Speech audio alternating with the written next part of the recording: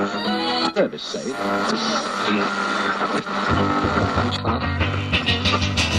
Professor Buzzkill. Mini Myths. It's Thanksgiving, Buzzkillers, in the United States of America, and one of the things I'm always grateful for, and I'm always thankful for, is you. Listeners, Buzzkillers, commenters on our Facebook page, commenters on our blog, and of course, those of you who are spreading the word to all your friends and relations about how much this show means to you. Well, you mean a lot to me, and I'm going to give you a great mini myth. Ponder over in the after-dinner drinks after Thanksgiving. Let me start this way. Try to picture in your imaginations the Great Seal of the United States of America. Well, you probably can't see it because no one thinks of it all the time.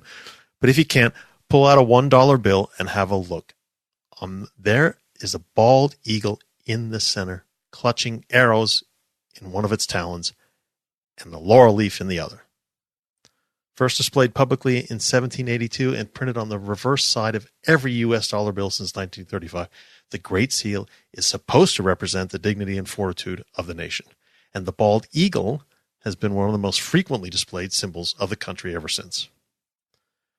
But one of the legendary stories that seem to appear and reappear in email chains, as well as from your nutty great uncle who's been overserved wine at Thanksgiving dinner, is that no less luminary and founding father than Ben Franklin thought that the bald eagle was an improper choice as the national bird and as a national symbol. Franklin preferred the more dignified turkey and tried to convince founding fathers to agree. Apparently, they thought Ben was getting a little on the senile old sentimentalist side in his old age, and so they ignored him. But is any of that legend true? Did Ben Franklin, in all his sagacity, really suggest the turkey as one of the most important American national emblems? Well, kind of, but not exactly. And we'll tell you the full story of the myth in a second. One of the reasons I'm such a big hit at Thanksgiving dinner, Buzzkillers, is because I have a great smooth shave to show off to all our guests and to make Lady Buzzkill proud. And I have a great smooth and good-looking shave because I use Harry's razors. Harry's is a fantastic razor company. You've heard me talk about them before, and they've been so generous in being our sponsors on the podcast. Their fantastic razors are a fraction of what rip-off razors companies when they charge. They don't go into this upcharging nonsense where they make a small change in the blades or the color, come out with the newest version, and raise their already high prices. Harry's is different. They don't believe in that upcharging. They make razors better and better all the time, and their prices have remained the same. Not only do they charge a fraction, like I said, of what the rip-off razor companies charge, the good Buzzkillers at Harry's mail the razors right to you on a regular basis on a schedule that you set up with your membership. Harry's 5-blade razors include a softer flex hinge for more comfortable glide, a trimmer blade for hard-to-reach places, and again, I use that over and over again, a lubricating strip, and a textured handle for more control when it's wet. And their prices are still just $2 a blade, compared to the $4 or more you'll pay for the rip-off razors at the drugstore. How do they do this? By owning the factory in Germany where they make the blades, Harry's can produce high-quality razors themselves and sell them to you online for half of the price of those rip-off razor companies. And they have a special offer for you Buzzkillers out there, especially the ones who want to look good for the holidays. They'll send you their popular trial set for free when you go to harrys.com, harrys.com. Now, the free trial set comes with a razor, 5-blade cartridge, and shaving gel, and you just pay a tiny amount for the shipping. But just for my listeners who enter the code BUZZKILL at checkout, they'll get Harry's popular post-shave balm for free. The post-shave balm is great. You look better. Your face will feel better all day when you use it. Let me repeat that. Go to harrys.com and enter the code BUZZKILL, 2 Z's, 2 L's, at checkout. You get the great razor, you get the great blades, you get the shaving cream and the post-shave balm for free. Do it now, Buzzkillers. Harrys.com, HARRYS.com. Code at checkout is BUZZKILL. Your subscription plan is customizable in terms of shipping frequency, and you can cancel at any time. Harrys.com. Code at checkout is BUZZKILL. And now back to our friends Ben Franklin and the turkey. Okay, I asked you before the Harry's ad, Do you think any of this legend about Ben Franklin and turkeys is true? Well, as I said, kind of, but not exactly. Benjamin Franklin is well known for his humor, his wit, and his ironic insight.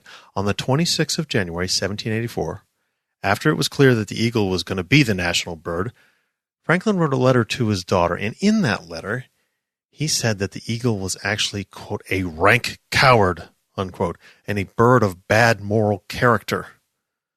He apparently based these musings upon his observations of eagles in nature. Specifically, he noticed that eagles stole food from smaller birds and that these smaller birds could often be seen chasing eagles away without too much trouble, especially if they ganged together and went after the attacking eagles. So the eagle to Franklin is seen as kind of this bully when he can get away with it, and then he's a coward when people show up in force. Franklin also observed with apparent irony that the eagle on the Great Seal that was being used kind of looked like a turkey, which he wrote, quote, is in comparison a much more respectable bird and a true original native of America. Franklin continued by observing that the turkey, though a little vain and silly, is a bird of courage and would not hesitate to attack a grenadier of the British Guards who would presume to invade his farm with a red coat on. So Franklin is comparing the turkey, vain and silly, but also full of courage, to an American rebel militiaman fighting the British Army. It's fairly obvious, given who Ben Franklin was and given how smart he was, that his observations and opinions that he expressed in this letter to his daughter weren't altogether that serious. For one thing, he only mentioned the turkey as a candidate for our national bird in this one letter, right? Which is rather odd for an experienced statesman to take his stand on such a weighty issue. And also, Franklin did publicly suggest a competing design for the Great Seal, but his idea depicted a confrontation between Moses and the Pharaoh, not a turkey replacing the eagle. In fact, his idea for a Great Seal didn't include any birds at all. So aside from Franklin's humorous letter to his daughter, how did the myth really gain momentum?